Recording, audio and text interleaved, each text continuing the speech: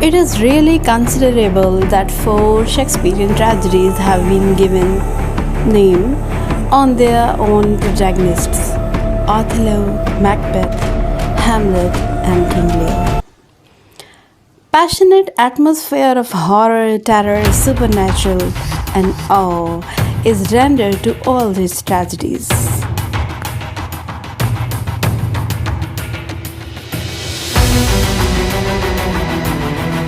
Hello and Assalamu alaikum. Welcome back to my channel. Let's learn with Mehreen, and I am Mehreen. It is really very difficult task to compare any of the tragic heroes with one another. But in this video I'm gonna make a little effort to make a comparison between Othello and Macbeth. You can watch the whole stories of jealousy and blind ambition on my channel. Visit and see what magic has been done by literature. We first hear of Macbeth as brave Macbeth. This play is a large universal tragedy, but it is also included as the domestic qualities of Othello. The play is cast simultaneously on the levels of man, the state, the family, and the universe.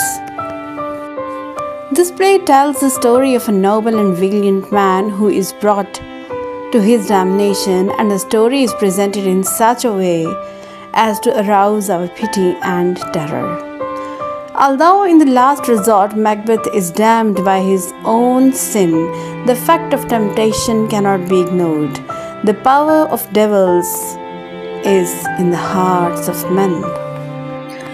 The devils can harden the heart, blind the eyes of the mind, and inflame a man to wrath, malice, envy, and murder.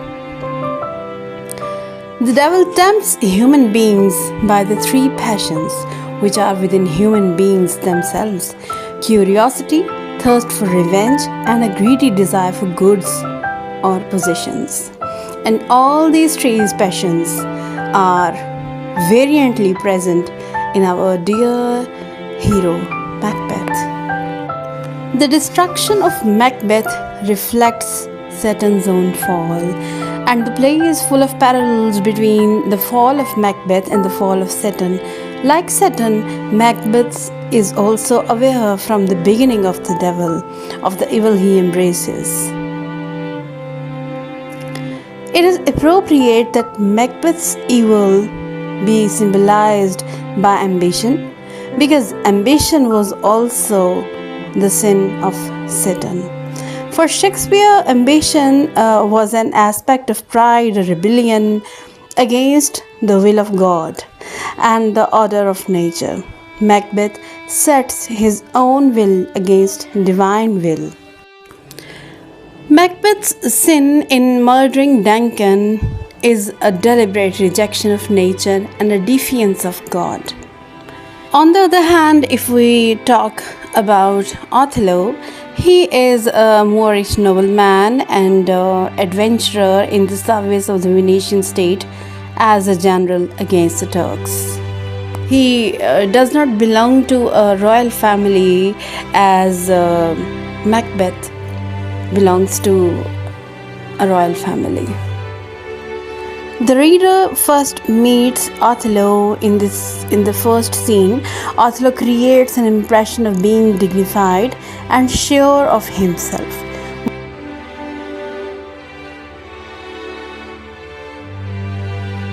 His speech is full and rounded, yet of a moving simplicity.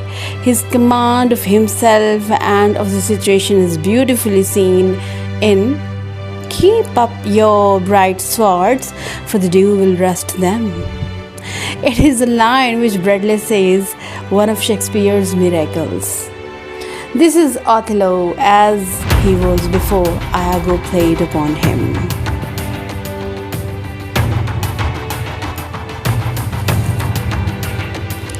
Since Bradley takes Othello to be entirely blameless, he has to explain why anyone should hate him so much as to destroy him.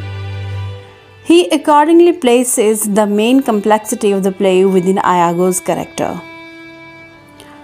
Othello's tragedy is essentially precipitated by Othello's own shortcomings, by his egotism, and by his love of Desdemona.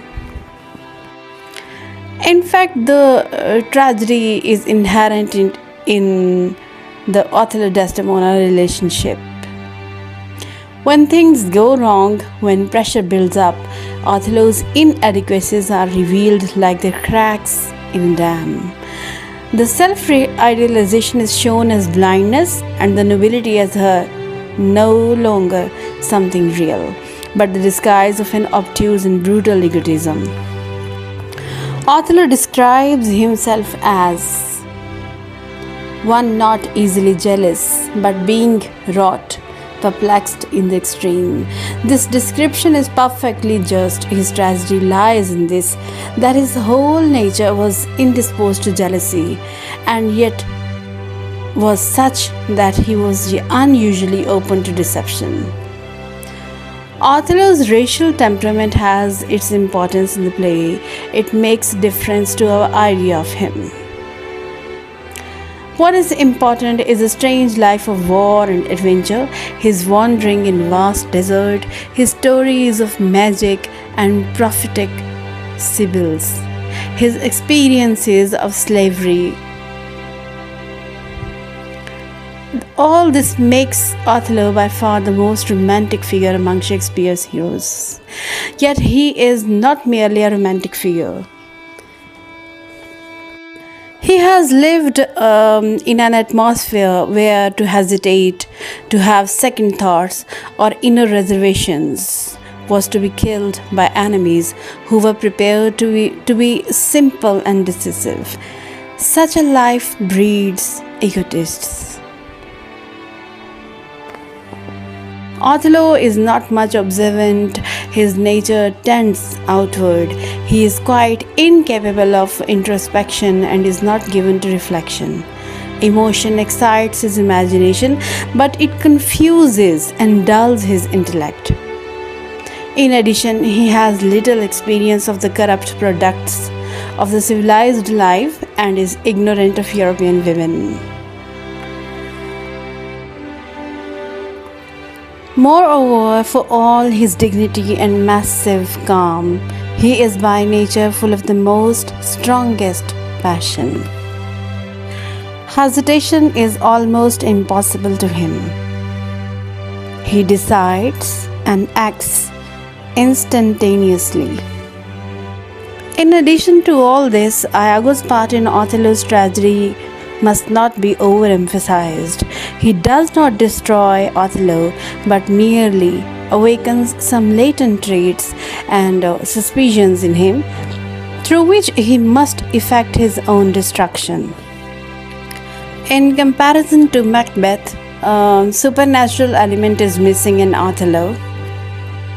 Othello and Macbeth both have human flaws, which are called tragic flaws, and these tragic flaws are ultimately responsible for their fall.